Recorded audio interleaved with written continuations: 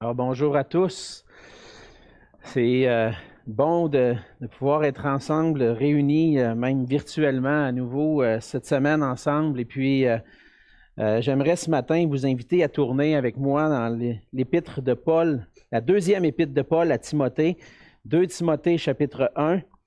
Et ce matin, notre message va être dans ce passage. Et juste avant de lire le passage, je vais juste mentionner que c'est bon de pouvoir être de retour après une semaine de vacances en famille avec la relâche et puis de recommencer de travailler. C'était bon de prendre une pause. C'est bon aussi de revenir au travail. Et puis, je les remercie aussi, prendre le temps de remercier. Même, je l'ai fait directement, mais Jean-Pierre Gagné qui a porté le message la semaine dernière. Vraiment, Jean-Pierre a porté un message édifiant qui cadre très bien dans ce qu'on est en train de voir ensemble et je rends gloire à Dieu pour ça. Je voulais prendre le temps de vous rappeler, de mettre un peu l'accent là-dessus que dimanche soir prochain, on va avoir notre assemblée générale annuelle des membres. Oui, ça va être en Zoom parce que c'est pas encore permis de se réunir, mais ça, on va en venir à ça, mais ça va venir. Mais je vous invite à prendre le temps de mettre ce temps-là à part pour qu'on puisse être ensemble et puis partager. Oui, des fois, c'est une réunion d'affaires, c'est des détails administratifs qui sont importants parce qu'on est en train, à travers de ça, d'accomplir l'œuvre du Seigneur. Et puis, on va aussi prendre le temps de remercier le Seigneur puis de voir ce que le Seigneur a en réserve pour nous, pour l'avenir. Et puis, je veux qu'on puisse être réunis ensemble pour... on a ce désir-là, hein, tout le conseil d'être ensemble pour louer Dieu et prendre bien soin des choses qui nous confient, des biens qui nous confient. Donc, je vous invite à être là dimanche soir prochain. Je voulais prendre le temps aussi, vous avez d'annoncer des bonnes nouvelles, parce que moi, j'aime ça, les bonnes nouvelles. Et une des bonnes nouvelles qu'on a, c'est d'accueillir ce matin 4 nouveaux membres à notre Église. Ils ne sont pas avec nous, mais ils nous écoutent. Et puis, vous avez entendu dans les dernières semaines le témoignage d'André Ostigui, Christiane Constant, Moreau Valdès et Claudette Montalent. Et puis, après avoir entendu leur témoignage, on peut maintenant les considérer officiellement comme membres de l'Église. Donc, je veux leur souhaiter la bienvenue. Bienvenue dans la famille de l'Église de l'Espoir officiellement, même si vous faites déjà partie de la famille en quelque sorte. Là, c'est d'une manière officielle, puis on se réjouit que vous puissiez vous joindre à nous et puis qu'on puisse travailler ensemble à l'œuvre de Dieu. Donc, vous leur souhaiterez la bienvenue, vous les féliciterez, vous leur montrerez chaleureusement votre joie qui puisse être maintenant parmi nous.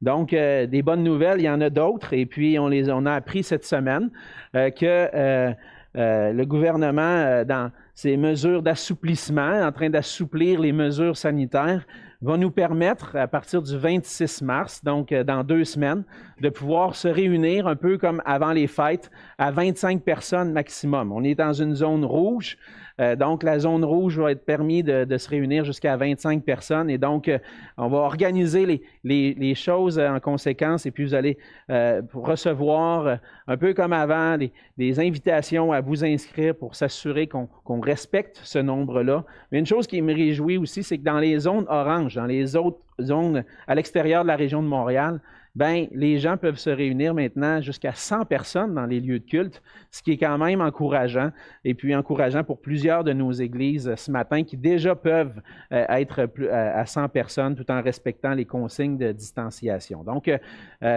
d'ici 2 semaines, vous allez avoir plus d'informations là-dessus, et puis on va se réjouir de pouvoir être à nouveau ensemble les dimanches.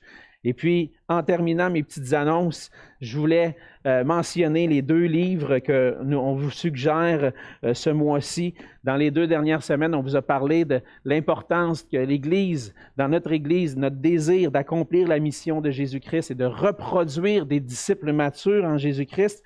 Et donc, en lien avec ça, on veut vous proposer ce petit livre de Mark Dever, Faire des disciples. Comment aider les autres à suivre Jésus. Et peut-être que lorsque vous entendez l'importance de se reproduire, de faire des disciples pour vous. Vous dites, je ne sais pas trop par où commencer. Qu'est-ce que c'est, ça, faire des disciples? Qu'est-ce que ça me demande? Bien, ce petit livre-là est là pour vous aider justement à commencer cette réflexion-là, puis à voir comment vous pouvez mettre en pratique le commandement du Seigneur Jésus de faire de toutes les nations des disciples et de vous engager dans la vie de certaines personnes, des gens autour de vous, les aider à suivre Jésus. Donc, je vous encourage à ça. Ensuite de ça, le mois dernier, on vous a présenté le livre « Qu'est-ce que l'Évangile » de Greg Gilbert. Greg Gilbert a écrit une série de 3 livres. Et puis, le livre de ce mois-ci, c'est « Qui est Jésus ?»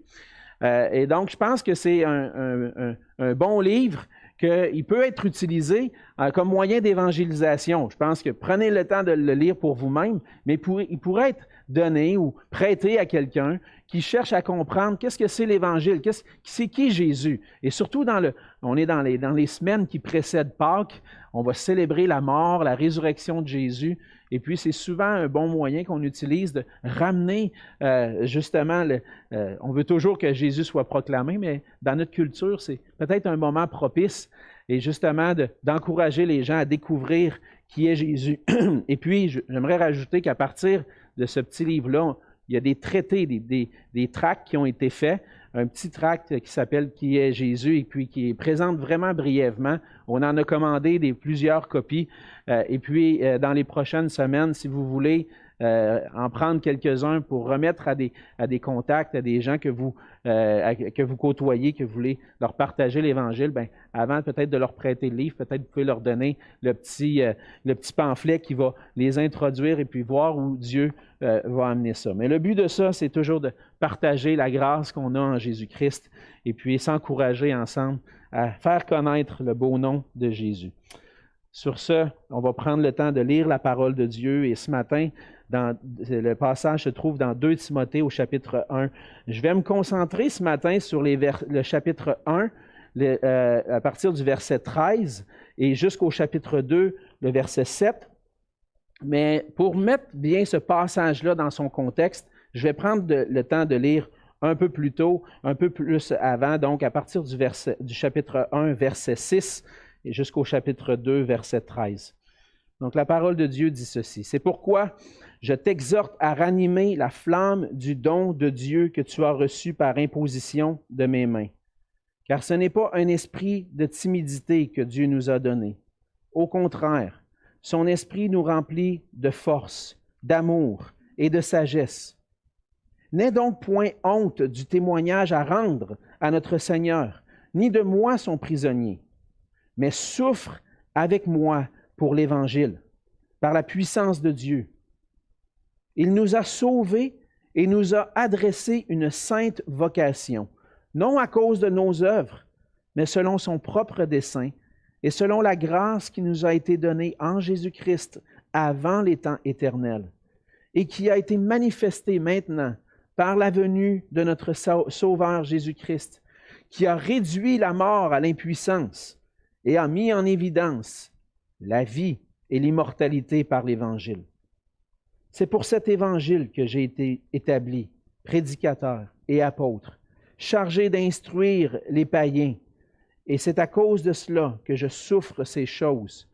Mais je n'en ai point honte, car je sais en qui j'ai cru, et je suis persuadé qu'il a la puissance de garder mon dépôt jusqu'à ce jour-là. Retiens dans la foi et dans l'amour qui est en Jésus-Christ le modèle des saines paroles que tu as reçues de moi. Garde le bon dépôt par le Saint-Esprit qui habite en nous. Tu sais que tous ceux qui sont en Asie m'ont abandonné, entre autres Phygèle et Hermogène. Que le Seigneur répande sa miséricorde sur la maison d'Onésiphore, car il m'a souvent consolé, et il n'a pas eu honte de mes chaînes. Au contraire, lorsqu'il est venu à Rome, il m'a cherché avec beaucoup d'empressement et il m'a trouvé. Que le Seigneur lui donne d'obtenir miséricorde auprès du Seigneur en ce jour-là. Tu sais mieux que personne combien de services il m'a rendu à Éphèse. Toi donc, mon enfant, fortifie-toi dans la grâce qui est en Jésus-Christ. Et ce que tu as entendu de moi en présence de beaucoup de témoins, confie-le à des hommes fidèles qui soit capable de l'enseigner aussi à d'autres. Souffre avec moi comme un bon soldat de Jésus-Christ. Il n'est pas de soldat qui s'embarrasse des affaires de la vie s'il veut plaire à celui qui l'a enrôlé. Et l'athlète n'est pas couronné s'il n'a pas combattu suivant les règles. Le laboureur qui peine doit être le premier à recueillir les fruits. Comprends ce que je dis, car le Seigneur te donnera de l'intelligence en toutes choses. Souviens-toi de Jésus-Christ, issu de la postérité de David, ressuscité des morts selon mon évangile, pour lequel je souffre jusqu'à être lié comme un malfaiteur. Mais la parole de Dieu n'est pas liée. C'est pourquoi je supporte tout à cause des élus, afin qu'eux aussi obtiennent le salut qui est en Jésus-Christ avec la gloire éternelle. Cette parole est certaine. Si nous sommes morts avec lui, nous vivrons aussi avec lui. Si nous persévérons, nous régnerons aussi avec lui. Si nous le renions, lui aussi nous reniera. Si nous sommes infidèles, il demeure fidèle, car il ne peut se renier lui-même. On va se courber dans un mot de prière. Oui, Seigneur notre Dieu, c'est une grâce pour nous de pouvoir être dans ta présence, de pouvoir se présenter devant toi. Et comme on le lisait ce matin dans un psaume, dans le groupe de prière, Seigneur, si tu gardais le souvenir de nos iniquités, qui pourrait subsister? C'est seulement à cause de ta bonté, de ta grâce envers nous qu'on peut se présenter devant toi, Seigneur. Merci de ce privilège que tu nous donnes, en Jésus-Christ, d'être appelés enfants de Dieu. Et ce matin, comme des enfants, Seigneur, comme des petits-enfants, on veut s'approcher de toi, Seigneur Jésus, et te demander de nous parler. On veut entendre ce que tu veux nous dire. Donne-nous un cœur ouvert à ta parole. Donne-nous des oreilles attentives à ce que tu as à nous dire. Nourris notre âme par ta parole, Seigneur, ce matin. Ta parole est précieuse, ta parole est puissante. Elle peut nous transpercer, Seigneur, comme une épée. Elle peut nous transformer. Et Seigneur, on se présente devant toi comme tes serviteurs, désireux d'être transformés par toi. Fais ton œuvre en nous. Sois avec ma bouche afin que tout ce que je communique puisse être clair pour tes enfants et que nous puissions grandir ensemble à la ressemblance de Jésus-Christ et briller pour ta gloire. C'est dans le nom de Jésus que je te prie. Amen. On arrive ce matin à la fin de notre série sur la vision de l'Église. Dans les dernières semaines, vous l'avez entendu, je l'ai répété souvent même, et mon désir, c'était vraiment que cette vision puisse être imprégnée dans notre mémoire et dans notre cœur pour qu'on puisse vivre ensemble. Et ce matin, on arrive à ce dernier message de la série, dernier point de notre vision qu'on vous a présenté. Et ce qu'on désire comme Église, on vous a présenté qui nous sommes, ce qu'on veut être et ce qu'on veut accomplir. Et le Seigneur, je crois, nous appelle à être une lumière qui brille pour lui, une lumière qui brille pour sa gloire, un phare qui brille afin de répandre la connaissance de l'amour et de Jésus-Christ, et ce, dans toutes les nations. C'est notre désir de pouvoir briller comme un phare. Et on a vu ensemble que les différents points de cette vision-là, avec le mot phare, que notre désir, c'est de proclamer l'Évangile de Jésus-Christ et tout le conseil de Dieu. On veut aussi honorer Dieu et adorer Dieu de tout notre cœur, ensemble. Ensemble, on veut apprendre à aimer ardemment notre prochain et notre communauté. On veut aussi, ensemble, reproduire des disciples de Jésus-Christ matures. Et finalement, avec le « E », on arrive ce matin avec ce désir d'équiper des leaders pour la mission de Jésus-Christ dans l'Église et dans toutes les nations. C'est notre désir comme Église de pouvoir avancer dans cette mission que le Seigneur Jésus-Christ nous a donnée. Et même après 2000 ans d'histoire de l'Église, le Seigneur Jésus n'est pas encore revenu, et c'est pour ça que c'est notre responsabilité à nous aujourd'hui d'avancer dans cette mission. Et je crois que ce que l'Église a le plus besoin aujourd'hui, ce sont des leaders pour la conduire à vivre ce que c'est d'être un disciple de Jésus-Christ en 2021. Des disciples de Jésus-Christ engagés dans sa mission.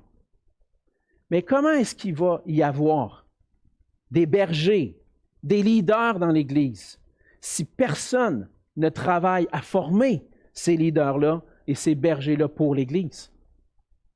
La responsabilité de former et d'équiper des leaders pour l'Église, pour la mission, c'est la responsabilité de l'Église dans son ensemble. C'est la responsabilité de chacun de nous. On a tous un rôle à jouer dans cette tâche importante, dans la mission de Jésus. Et dans cette tâche importante de former les leaders de la prochaine génération et d'aujourd'hui pour qu'ils puissent servir à la mission de Jésus-Christ. Par contre, je pense que plusieurs chrétiens aujourd'hui, et peut-être certains d'entre vous aujourd'hui, pensent qu'ils n'ont pas un rôle à jouer dans cette tâche-là de former des leaders. Moi, je suis juste un chrétien ordinaire. Moi, j'ai pas les capacités. Moi, ça me revient pas. Je pense pas que ça me revient à moi de former des leaders pour une prochaine génération. C'est vrai que le Seigneur a donné des dons particuliers à son Église. Il a donné des pasteurs, des docteurs, des évangélistes, des dons particuliers, des fonctions particulières pour équiper le peuple de Dieu à entrer dans la mission de Jésus-Christ puis à former des leaders dans son Église. Par contre, je crois, puis c'est ce qu'on va voir ensemble, et je suis convaincu que chaque disciple de Jésus-Christ a un rôle à jouer dans cette formation de leaders. Le passage de ce matin nous montre que c'est non seulement la responsabilité des leaders de l'Église de former des leaders pour l'Église, mais aussi la responsabilité de l'Église dans son ensemble. Et ce qu'on voit dans le passage de ce matin, c'est dans l'apôtre Paul. C'est l'apôtre Paul qui parle à son protégé, à ce jeune homme qui l'a coaché, qui l'a formé comme leader pendant plusieurs années. Timothée a probablement côtoyé Paul dans son ministère pendant 10 à 15 ans. Et puis, à travers cette dizaine d'années, quinzaine d'années, Timothée a reçu beaucoup de Paul. Et maintenant, Paul lui dit, c'est à ton tour, mon garçon. C'est à ton tour, mon jeune homme. Vas-y et fais selon ce que tu as appris de moi. Mais Paul écrit cette lettre-là pendant qu'il est dans son 2e emprisonnement à Rome. Et probablement, fort probablement, vraiment proche du moment de sa mort. Paul voit que le moment de sa mort approche. Il va le mentionner, entre autres, pour placer dans le contexte, au verset 6 à 8 du chapitre 4. Il va dire « Car pour moi, je sers déjà de libation et le moment de mon départ approche. J'ai combattu le bon combat, j'ai achevé la course, j'ai gardé la foi. Désormais, la couronne de justice m'est réservée. Le Seigneur, le juste juge, me la donnera dans ce jour-là, et non seulement à moi, mais encore à tous ceux qui auront aimé son avènement. » Donc, Paul écrit à Timothée, en quelque sorte, ses dernières volontés, son testament. Qu'est-ce qu'il veut lui confier alors que lui est prêt de partir? Et Paul voit ce moment-là de sa mort approcher. Et souvent, ce qu'on voit même dans nos vies, puis même dans les Écritures à plusieurs reprises, lorsque les gens arrivent au moment proche de leur mort, ils aimeraient ça que ce qu'ils ont accompli, ce qu'ils ont fait, puisse continuer. Ils veulent laisser un héritage. Et l'héritage que Paul donne, c'est l'Évangile. À plusieurs reprises, dans le passage qu'on a lu ce matin, ce que Paul veut confier à Timothée, ce n'est pas une grande église. Ce n'est pas une église qui a du succès. Ce que Paul veut confier à Timothée, c'est une chose, l'Évangile de Jésus-Christ. Et cette lettre-là est marquée par une ferveur, un désir que ce que Paul a accompli pour le Seigneur puisse continuer après qu'il sera parti. Et Paul désire communiquer des instructions importantes en ce qui concerne la persévérance comme ministre de Jésus-Christ. La plupart des commentateurs s'entendent pour dire que cette lettre n'est pas seulement dédiée à Timothée, mais aussi à toute l'Église. Parce que, entre autres, lorsque on voit à la fin de la lettre, entièrement à la fin, au chapitre 4, verset 22, Paul va pas seulement dire, adresser ses salutations à Timothée seulement, mais aussi à plusieurs personnes. Il dit que le Seigneur soit avec ton esprit, que la grâce soit avec vous. Et je pense que ce qu'on peut voir dans cette lettre-là, ce n'est pas simplement une lettre qui est laissée à un individu, mais qui est laissée à une Église pour les générations qui suivent. Les instructions qu'on trouve dans cette lettre-là à Timothée sont non seulement pertinentes pour l'Église du 1er siècle, mais pour l'Église du 21e siècle, pour l'Église de Jésus-Christ depuis son commencement jusqu'à aujourd'hui. Et dans le passage qu'on trouve aujourd'hui dans la lettre de Paul, on voit que ce message, ce que Paul a voulu transmettre à Timothée, c'est pertinent pour nous aussi. C'est pour ça que je suis convaincu que ce que le Seigneur nous enseigne ce matin, à travers ce passage, c'est que c'est la responsabilité de l'Église aujourd'hui d'équiper des leaders selon Dieu qui s'engageront dans la mission de Jésus-Christ. C'est la responsabilité de l'Église aujourd'hui d'équiper des leaders selon Dieu qui vont s'engager dans la mission de Jésus-Christ. Et comment est-ce qu'on forme des leaders? Comment est-ce qu'on doit faire pour former des leaders? Alors, ce qu'on va voir ce matin, c'est 3 éléments dans le passage. Que pour former des leaders selon Dieu, nous devons premièrement retenir et garder fidèlement l'Évangile. C'est l'exhortation que Paul adresse à Timothée au verset 13 à 18. Il dit à Timothée au verset 13, il dit « Retiens dans la foi et dans l'amour, qui est en Jésus-Christ, le modèle des saines paroles que tu as reçues de moi. Garde le bon dépôt par le Saint-Esprit qui habite en nous. » Et donc, pour pouvoir former des leaders pour la prochaine génération et dans notre génération, on doit ensemble retenir et garder fidèlement l'Évangile. Paul a transmis à Timothée un message. Il a transmis à Timothée le modèle d'un ministère. Ce n'était pas seulement un message, c'était un modèle de qu'est-ce que ça voulait dire de vivre pour le Seigneur Jésus. Et qu'est-ce que Timothée a entendu de Paul? Timothée a entendu de Paul la bonne nouvelle concernant Jésus. C'est ce qu'on voit dans 2 Timothée, c'est pour ça que j'ai lu un peu avant, dans le chapitre 1, les versets 8 à 10. Paul va dire « N'aie donc point honte du témoignage à rendre à notre Seigneur, ni de moi son prisonnier. N'aie pas honte de Jésus-Christ, mais souffre avec moi pour l'Évangile par la puissance de Dieu. » Et là, Paul va résumer encore une fois, d'une autre façon qu'on voit dans d'autres passages, l'Évangile. Qu'est-ce que c'est l'Évangile? Il nous a sauvés, parle de Jésus, et nous a adressé une sainte vocation, non à cause de nos œuvres, mais selon son propre dessein et selon la grâce qui nous a été donnée en Jésus-Christ avant les temps éternels et qui a été manifestée maintenant par la venue de notre Sauveur Jésus-Christ, qui a réduit la mort à l'impuissance et a mis en évidence la vie et l'immortalité par l'Évangile. Un peu plus loin dans le chapitre 2, les versets 11 à 13, Paul va dire aussi des promesses qui sont rattachées à l'Évangile. Au chapitre 2, verset 11, il dit « Cette parole est certaine. Si nous sommes morts avec lui, nous vivrons aussi avec lui. Si nous persévérons, nous régnerons aussi avec lui.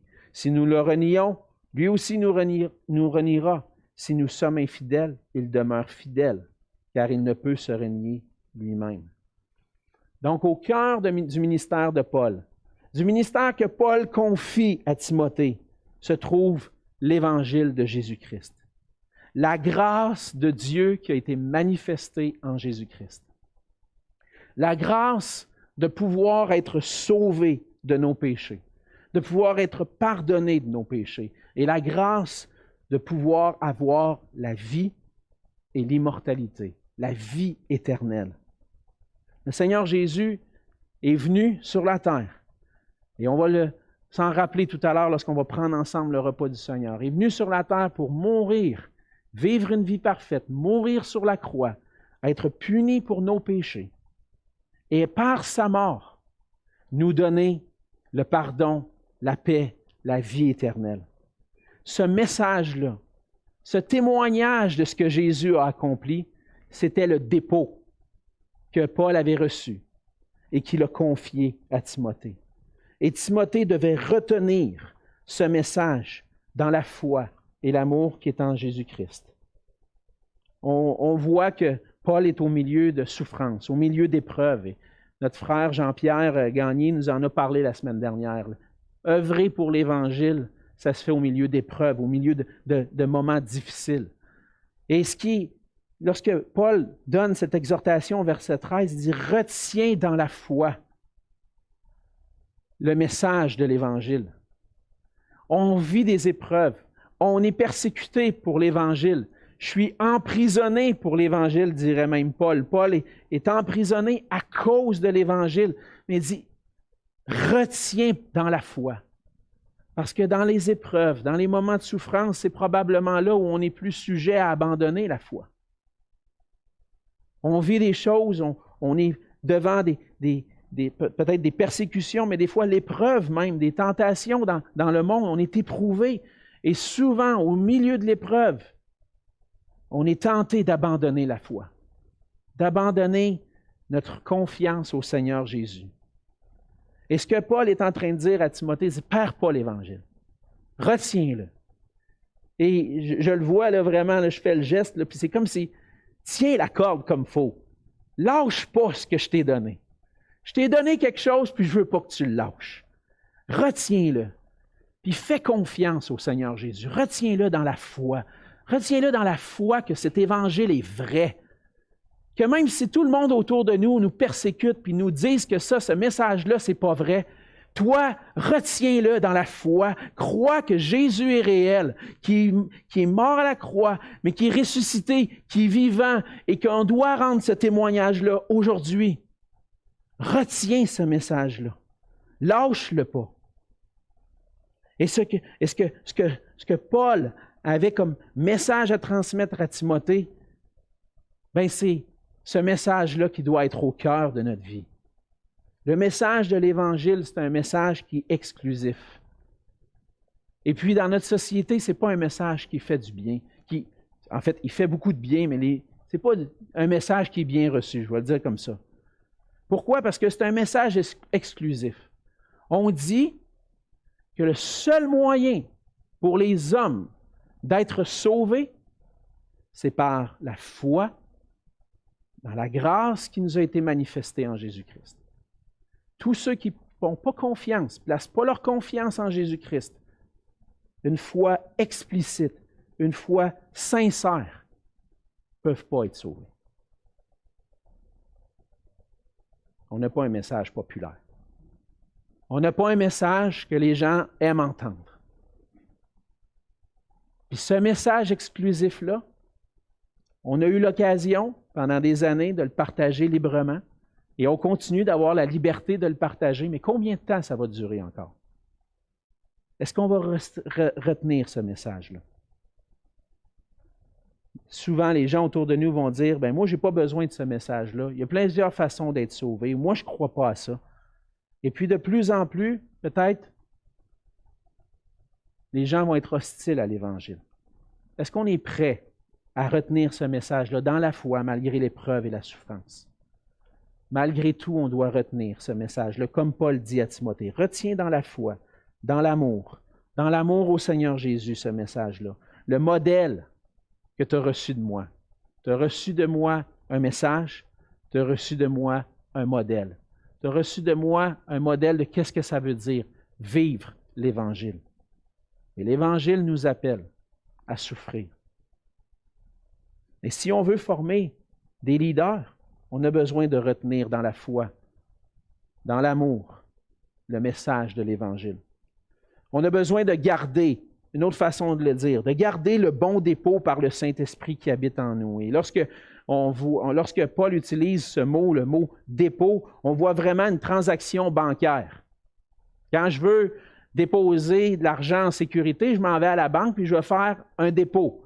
Donc, je vais confier à la banque de garder mes sous, de garder mon argent.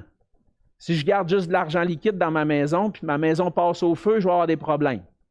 Alors, ce que je fais, c'est que je prends mon argent, je la dépose à la banque, et puis la banque, elle, je fais confiance qu'elle puisse la garder et qu'elle puisse que quand j'en aurai besoin, bien, je pourrai aller la récupérer. C'est la même chose avec ce que Paul a confié à Timothée. Il a pris l'Évangile. Et cet Évangile-là, c'est un dépôt. C'est quelque chose de précieux. C'est un trésor. C'est la bonne nouvelle de Jésus-Christ. Et il a confié à Timothée, puis il dit, je t'ai confié quelque chose, garde-le. Je te l'ai confié. Garde-le précieusement. Paul a investi dans Timothée. A investi pour le former comme un leader. Il a confié l'Évangile, il a dit, maintenant, là, je m'en vais, c'est à ton tour. Je t'ai passé le bâton. Je t'ai donné le dépôt pour qu'à ton tour, tu puisses le confier à d'autres. Et ce dépôt-là, comment on fait pour le garder? C'est par le Saint-Esprit. Par le Saint-Esprit qui habite en nous. On doit retenir ce message-là. Garder le bon dépôt de l'Évangile par le Saint-Esprit. Ce n'est pas quelque chose qu'on peut faire par nous-mêmes. Parce que oui, par nous-mêmes, dans notre chair, on peut s'éloigner puis abandonner ce dépôt-là qui nous a été confié. Et par l'Esprit de Dieu, cet Esprit qui vit en nous puis qui nous renouvelle, qui nous donne la force de continuer, cet Esprit-là nous aide à garder ce dépôt de l'Évangile. Et on doit retenir l'Évangile comme nous l'avons entendu et comme nous l'avons reçu dans les Écritures. Paul va dire que dans ce ministère-là de former des leaders, de confier ce dépôt-là à des gens, il va y avoir des déceptions. Il donne l'exemple de 2 personnes, entre autres, mais il dit au verset 15, « Tu sais que tous ceux qui sont en Asie m'ont abandonné, entre autres, Phygèle et Hermogène. » Donc, Paul va donner l'exemple de personnes à qui on a confié le dépôt, mais qui n'ont pas retenu le dépôt, qui ont abandonné l'Évangile. Et ça nous montre qu'il peut y avoir des déceptions dans le ministère de l'Évangile. On peut avoir investi dans des personnes, avoir pensé qu'on investissait dans les bonnes personnes, mais que finalement, ces gens-là abandonnent. Et puis, lorsque ces déceptions-là vont arriver, on peut se dire, bien, à quoi bon? À toutes les fois que je m'investis dans quelqu'un, il m'abandonne. Et Paul n'avait pas, il a nommé 2 personnes, mais il dit, tous ceux qui sont en Asie m'ont abandonné. Donc, Paul avait investi dans la vie de plusieurs personnes et finalement, il ne restait pas grand résultat à la fin. Il y en a qui ont abandonné la foi, mais il y en a qui l'ont gardée. Et Paul va donner l'exemple d'Onésiphore, qui a pris à cœur la situation de Paul, qui n'a pas eu honte que Paul soit enchaîné, emprisonné à cause de l'Évangile, et puis qui a pourvu aux besoins de Paul. Et puis Onésiphore, Paul va appeler la grâce de Dieu sur cet homme-là, qui a gardé le dépôt et puis qui n'a pas honte de l'Évangile. On va voir en réalité que pour réussir à former des leaders, à retenir et garder l'Évangile, c'est seulement ceux qui vont persévérer dans la foi, qui vont pouvoir potentiellement devenir des leaders, serviteurs dans l'Église du Seigneur. Donc ça, c'est la première chose. Si on veut former des leaders comme Église, on a besoin, chacun d'entre nous, de retenir, de garder l'Évangile. Deuxièmement, on voit dans le chapitre 2, les versets 1 à 2, que pour former des leaders, on a besoin d'être fortifiés dans la grâce, de nous fortifier, de nous confier et de confier l'Évangile à des leaders fidèles qui seront capables de le transmettre à d'autres. La première instruction dans le chapitre 2 qu'on voit que Paul donne à Timothée, il dit « Fortifie-toi dans la grâce qui est en Jésus-Christ. Toi, mon enfant, celui que j'ai formé, celui en qui j'ai investi, fortifie-toi dans la grâce. » Et puis, on a besoin de se fortifier dans la grâce qui est en Jésus-Christ. C'est impossible de former des disciples, c'est impossible de former des leaders sans la grâce de Dieu. Comme pour la formation de disciples, pour former des leaders, on a besoin que le Dieu de toute grâce soit avec nous et nous accompagne. Former des leaders, ce n'est pas une question de compétence, mais surtout un travail qui demande la grâce de Dieu et la puissance du Saint-Esprit. Et on a besoin de se fortifier dans cette grâce-là, qui se trouve en Jésus-Christ, qui se trouve dans le Dieu de toute grâce, qu'on puisse être affermi, qu'on puisse se fortifier. Et se fortifier dans la grâce, comment on fait ça? Comment est-ce que Timothée pouvait faire pour rester fort? En réalité, c'est ça que ça veut dire, se fortifier. On va affronter des épreuves. On s'en va à la guerre, on a besoin d'être fort, on a besoin de se fortifier. Comment on fait ça? Et je pense que pour former des leaders, puis le cœur des leaders, le Seigneur va mettre à notre disposition des moyens sur lesquels on peut compter. Et comment on peut puiser notre force pour former la prochaine génération, dans la prochaine génération des leaders pour la mission de Jésus-Christ? On trouve notre force dans le Seigneur et par l'Esprit qui habite en nous.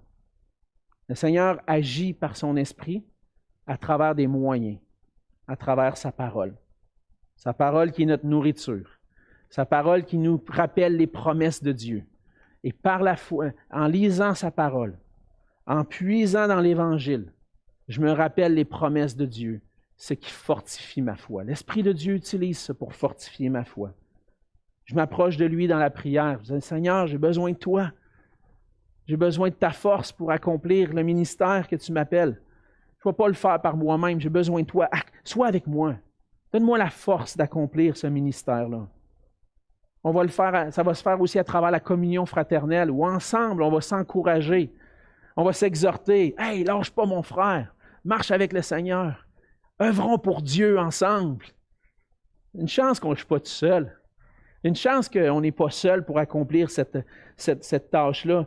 Dans l'Ancien Testament, on voit l'histoire d'Élie, le prophète, qui pensait qu'il était tout seul. Mais non, Dieu avait réservé des gens qui n'avaient pas encore fléchi le genou devant Baal. Mais moi, je me réjouis de ce que je ne suis pas tout seul. De ce qu'ensemble, comme Église, on travaille ensemble. Et ça, c'est un moyen d'être fortifié. De dire, on n'est pas seul. On est une armée d'enfants de Dieu, de disciples de Jésus-Christ, prêts à se lever pour l'Évangile. On a besoin de s'encourager ensemble.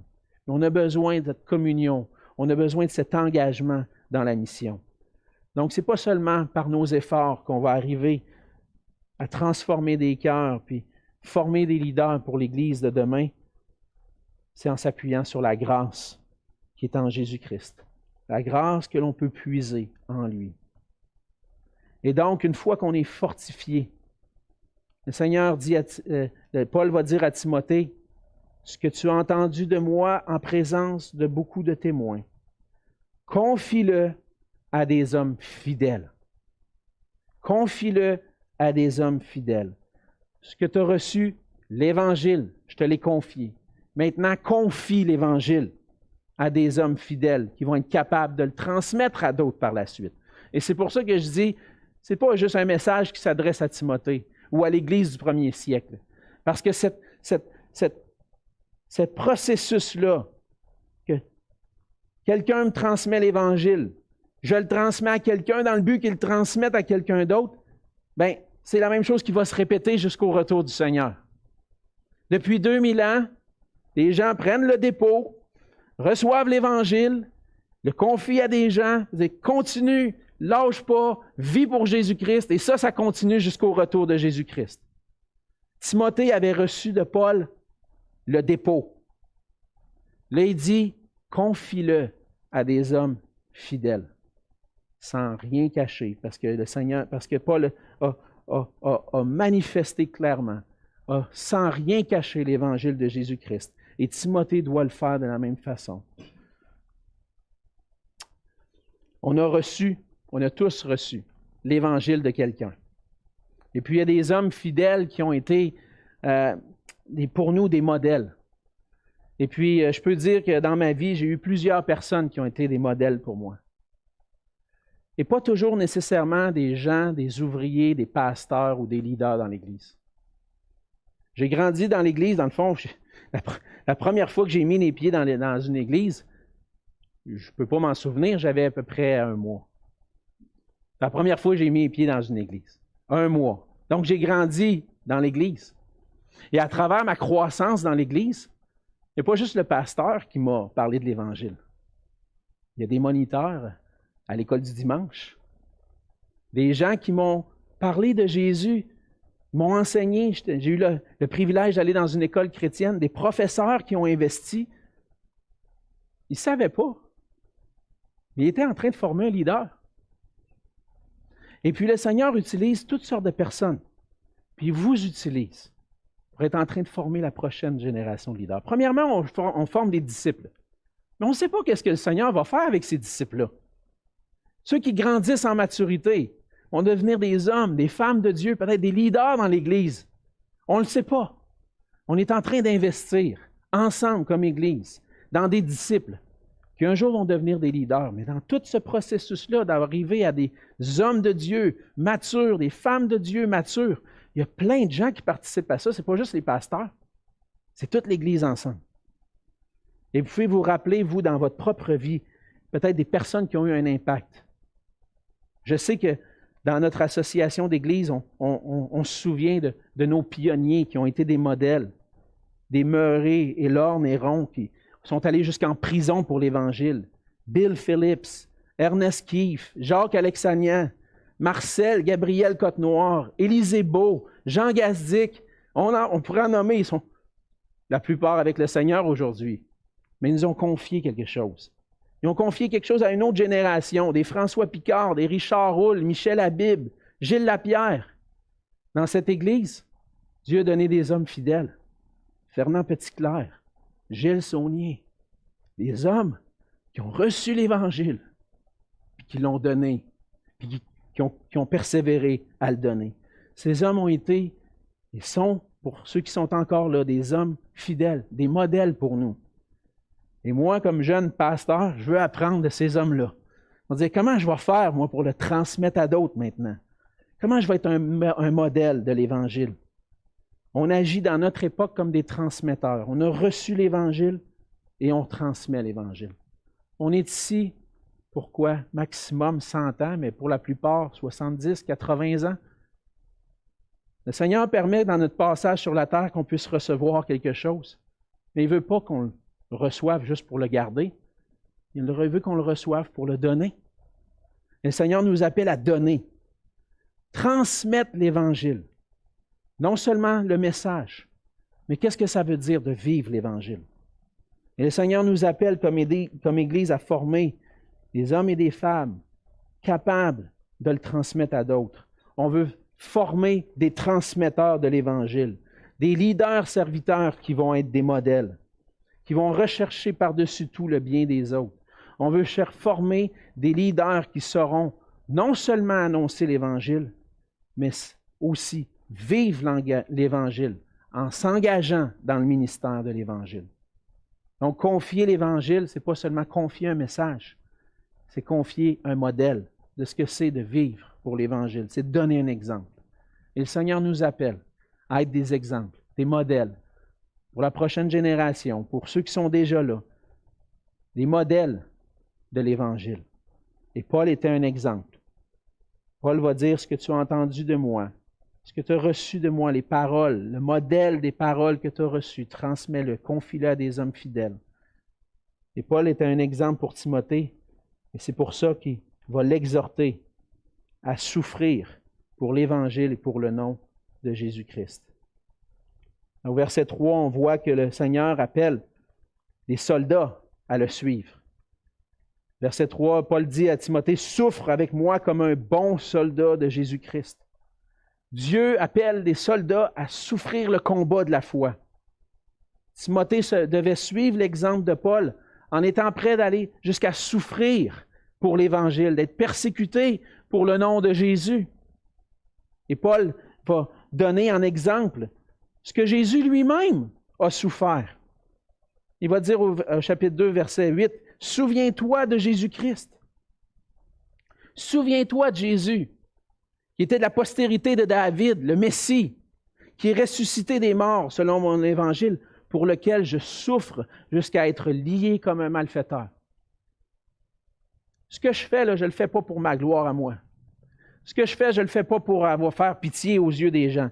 Ce que je fais, je le fais pour le nom du Seigneur Jésus. Je suis en prison, je suis dans les liens à cause de Jésus. Puis à travers son ministère de souffrance et d'emprisonnement, Paul est un modèle en train de souffrir pour le nom de Jésus-Christ. Paul était un soldat. Il dit, il dit à Timothée, souffre avec moi comme un soldat de Jésus-Christ. Et le Seigneur, ce que le Seigneur désire pour nous, c'est qu'on soit des soldats courageux, prêts à se retrousser les manches. Et dire, moi Seigneur, je veux marcher pour toi. Peu importe ce qui arrive, je vais être debout pour toi. Et Paul va donner 3 exemples. Il va donner entre autres l'exemple du soldat au verset 4, et aussi l'exemple d'un athlète et l'exemple d'un laboureur. Les 3 exemples servent à nous montrer combien c'est difficile. C'est souffrant de travailler pour l'Évangile. C'est souffrant d'équiper des leaders. C'est souffrant d'être dans la mission. Il dit, premièrement, il n'y a pas de soldat qui s'embarrasse des affaires de la vie s'il veut plaire à celui qui l'a enrôlé. Donc, si on veut être vraiment des soldats de Jésus-Christ, on ne doit pas s'embarrasser. Tout notre cœur doit être à Jésus-Christ. Il ne retient rien. Seigneur, j'abandonne tout, je t'appartiens, fais de moi un soldat. Et celui qui s'engage dans l'armée, souvent, va avoir à renoncer, des fois, à laisser sa famille de côté pendant des mois, même des années, pour aller servir ailleurs. Du temps de la guerre en Afghanistan, j'ai connu des militaires qui sont partis 6 mois de temps en Afghanistan pour avoir mis de côté leur famille, pour aller défendre les intérêts, puis aller défendre la justice, le droit dans un autre pays. Ils étaient prêts à tout abandonner. Ils cherchaient à plaire à celui qui l'a enrôlé. C'est qui nous a enrôlés? Qui t'a appelé? C'est le Seigneur Jésus lui-même, le roi des rois, qui t'a dit, charge-toi de ta croix et suis-moi. Es-tu un soldat prêt à prendre les armes et dire, Seigneur, je vais te suivre quoi qu'il en coûte? S'embarrasser des affaires de la vie, ça ne veut pas nécessairement dire que toute la vie est mauvaise, mais c'est simplement se rappeler que ce n'est pas toutes les choses de la vie qui sont nécessaires. Je veux voyager léger. Plus j'ai de biens matériels ou plus j'ai de choses dans ma vie, ça m'alourdit. Je réfléchissais à ça cette semaine. Seigneur, est-ce qu'il y a des choses qui m'alourdissent? Est-ce que je ne devrais pas peut-être en décharger un peu pour voyager léger, puis pas m'embarrasser, pas que ce soit un obstacle pour toi. Je veux être prêt à mettre de côté ce que tu veux que je mette de côté qui n'est pas nécessaire parce que je veux vivre pour toi, je veux faire ton œuvre. Ça veut dire, ne pas s'embarrasser des affaires de la vie, ça veut dire essayer de se débarrasser de ce qui nous empêche, qui fait obstacle à notre œuvre. Paul va donner aussi l'exemple d'un athlète qui va obtenir la victoire. Et lorsqu'on regarde les Jeux olympiques, on voit, on entend les témoignages des athlètes qui travaillent fort, qui se lèvent tôt le matin. Je me souviens des fois, les champions en plongeon ou en natation qui se présentaient à la piscine à 5 heures le matin pour performer, qui étaient prêts à dire, si je veux l'avoir la couronne, si je veux l'avoir la médaille d'or, j'ai besoin de faire du ménage dans ma vie puis d'être discipliné. C'est la même chose avec former des leaders, vivre pour l'Évangile. J'ai besoin d'être discipliné. De dire, Seigneur, ma vie t'appartient, puis je vais être debout, puis je vais faire ce qu'il faut pour avoir la médaille d'or pour toi. Et puis finalement, il y a le laboureur. Le laboureur qui travaille dur la terre. Et puis, des fois, pour ceux qui ont été dans le passé des cultivateurs, dans le temps que la machinerie n'existait pas, ils ont pu travailler dur. Des chevaux, puis des bœufs qui tiraient la charrue, puis il fallait qu'ils travaillent la terre. Moi, dans ma cour, j'ai un petit jardin, 10 par 10 à peu près. Puis à Saint-Hubert, sur la Rive-Sud, on a beaucoup de glaise. Hein? Il a fallu que je creuse un peu. Mon ami, c'était tough, là. La chaleur, suer pour creuser mon jardin, un 10 par 10. Imaginez-vous ceux qui étaient cultivateurs dans le temps, qui bûchaient. Puis avant de voir le fruit du travail, ça prend du temps. L'été au complet, ça va-tu donner quelque chose finalement de travailler si dur? Non, mais ils travaillent avec l'espérance. L'espérance que ce travail que je vais faire là va porter du fruit. Et parfois, on est engagé dans le ministère de l'Évangile et on travaille dur, puis on n'a pas l'impression de voir des fruits. On n'a pas l'impression de voir que ça donne quelque chose. Mais on travaille avec l'espérance que Dieu va produire des choses dans les cœurs, que Dieu va faire grandir des hommes et des femmes qui vont marcher pour lui. Et on regarde en arrière des fois sur 10, 15 ans, puis on voit que Dieu a fait son œuvre. Même si dans le moment présent, je ne vois pas le fruit, je continue de travailler. Je travaille dur. Je souffre comme un bon soldat de Jésus-Christ. Et l'œuvre de l'Évangile nous demande que des leaders soient prêts à souffrir pour le nom de Jésus-Christ. Et pour que des leaders soient prêts à souffrir pour le nom de Jésus-Christ, ça prend des disciples prêts à souffrir pour le nom de Jésus-Christ. Avant d'être appelé leader ou un responsable dans l'Église ou dans la mission, on a besoin d'être des disciples engagés, prêts à souffrir pour Jésus-Christ. Des disciples qui vont former des disciples. Des disciples qui vont grandir en maturité, puis un jour, peut-être que le Seigneur va les appeler à être de ces leaders dans l'Église. Mais Paul exhorte Timothée à souffrir dans l'œuvre de l'Évangile, mais je pense que tous les disciples de Jésus-Christ sont appelés à souffrir. Jusqu'où? Jusqu'où êtes-vous prêt à aller dans votre service pour le Seigneur? Êtes-vous prêt à répondre à l'appel de celui qui vous a enrôlé? Ça se peut que le Seigneur place un fardeau sur ton cœur. Es-tu prêt à débarrasser les choses pour avancer puis répondre à l'appel du Seigneur? Comme Église, on veut former des disciples matures qui vont devenir des leaders spirituels prêts à se donner et même prêts à souffrir pour le nom de Christ. Parce que c'est la responsabilité de l'Église aujourd'hui d'équiper des leaders, selon Dieu, qui vont s'engager dans la mission. Pour ça, il faut retenir, garder fidèlement l'Évangile. Il faut se fortifier et confier l'Évangile à des hommes qui vont être capables, des leaders qui vont être fidèles, capables de le transmettre à d'autres. Et il faut être prêt à souffrir pour l'Évangile et pour le nom de Jésus-Christ. Comment est-ce qu'on peut participer ensemble à former des leaders pour la mission? J'en ai déjà mentionné. Il faut commencer en formant des disciples. Et on forme des disciples à la maison. En tant que parents, on est des leaders. Tous les parents sont des leaders qui marchent en avant de la prochaine génération, qui leur disent, voici ce que ça veut dire, vivre pour l'Évangile, souffrir pour l'Évangile. On est en train de former une génération de disciples parmi lesquels Dieu va nommer, choisir des leaders. On a besoin des disciples qui vont s'impliquer dans l'enseignement des enfants et des jeunes dans l'Église. On a besoin qu'on s'implique dans la vie les uns des autres pour grandir ensemble et former ensemble des disciples matures, des leaders. Il faut que l'Église soit prête à faire la place aussi à ceux qui sont formés, à travers les ministères de l'Église, dans l'enseignement, la prédication.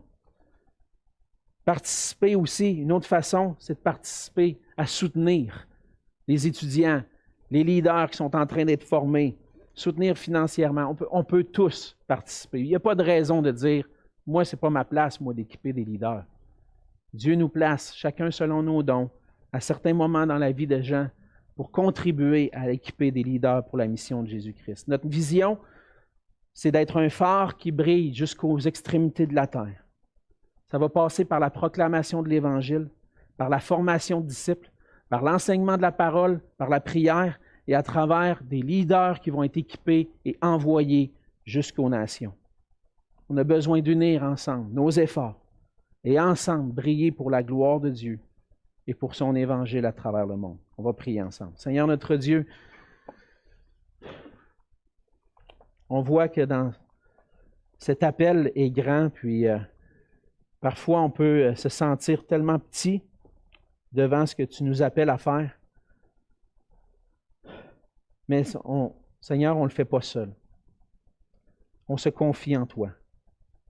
Si on peut retenir l'Évangile, c'est dans la foi en toi, Seigneur Jésus. Si on peut garder le bon dépôt et le confier à d'autres, c'est par l'Esprit qui vit en nous. Fortifie-nous, Seigneur, dans la grâce. Aide-nous, Seigneur, à confier cet Évangile intact et à le confier à des gens qui vont être fidèles pour le garder, puis le confier à d'autres.